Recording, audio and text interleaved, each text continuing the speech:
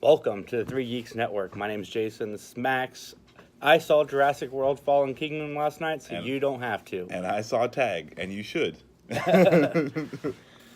Anyway, so Jurassic World Fallen Kingdom.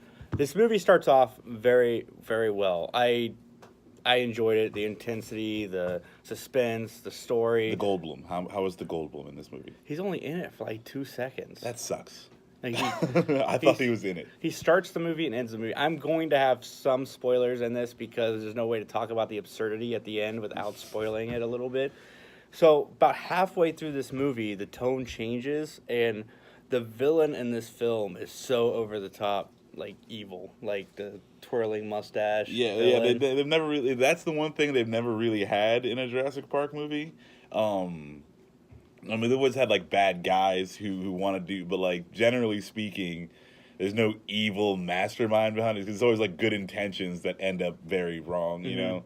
So yeah, like I guess that's the one thing that they're missing from the other Jurassic Park movies. That they're like, okay, we're actually going to make a different Jurassic Park movie. This one's got freaking Dick Dastardly, like Yeah, so the whole plot is he sends Chris Pratt and Bryce Dallas Howard back to the island to find Blue, the one that Chris Pratt trained from birth, which I kind of like that element of the story. I mean, not them going back to the island, but the Chris Pratt raptor story. It's one of the things I enjoyed in this movie. But anyway, they go back to find Blue so they can save her and transport her to another island. Once they've saved Blue, the team that escorted him there turns on them and knocks Chris Pratt out, takes the dinosaur, and starts to leave the island with a whole bunch of dinosaurs to sell on the black market.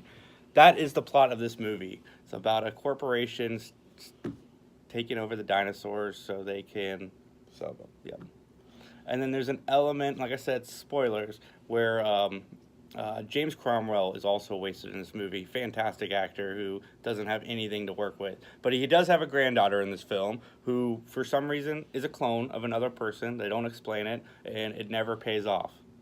They're just like, oh yeah, she's a clone, and then they just walk on from there. Well, Totally tell you why she's a clone of his daughter. who died in a car accident. Yes, That's Okay. but they don't they make it seem like it's going to be such a big point later, and it's not. The CG on the final dinosaur really bothered me, and then at the end it turns into a Looney Tunes cartoon. One of the dinosaurs gets out and bonks its head, and it does that whole shaking its head and making a weird face kind of thing. Huh. Like they drop an anvil on him? Is that how they kill him in the end? No, but it's ridiculous, and the stakes are gone.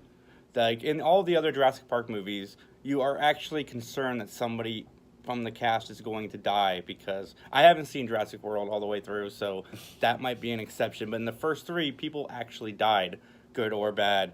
This movie, like none of the good guys are some in people any died danger. In all the other Jurassic Parks, yeah. I feel like somebody who is in it, you're like, oh man. I mean, like especially the first one. I mean, like Samuel Jackson, freaking who's the big fat guy? Wayne Knight. Yeah, Wayne Knight, freaking.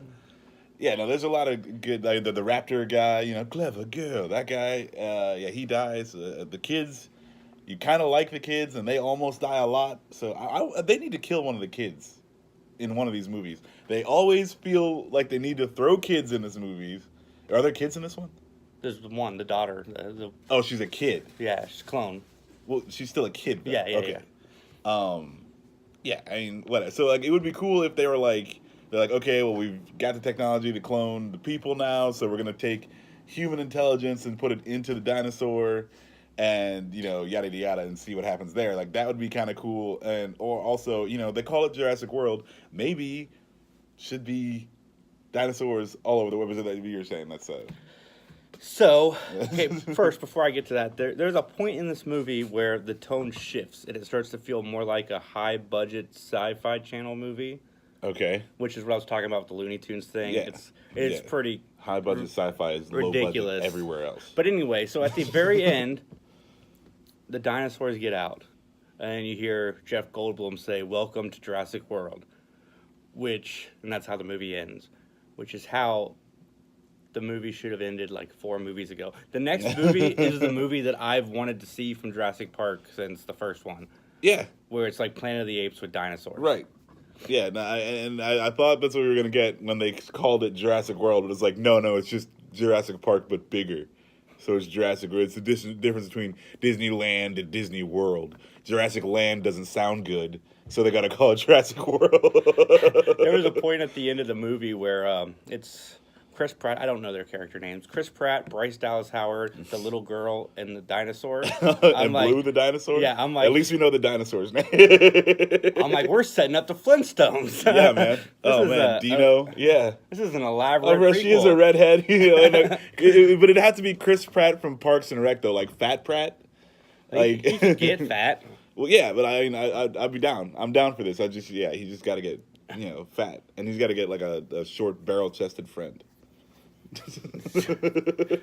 So I give this movie 1 out of 3 geeks. Like I said, I didn't hate the first half of this movie. I actually thought it was pretty good, but it's just the second half lost me. I probably would have left the theater if I wasn't with a bunch of other people.